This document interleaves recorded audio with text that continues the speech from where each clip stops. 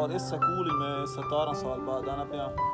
तकरीबन 17 साल पहले इस स्कूल में एंटर थी और मैं अपने पत्रेर के दाखिल कराना और 17 साल के बाद इस स्कूल में हेडमास्टर बन गया।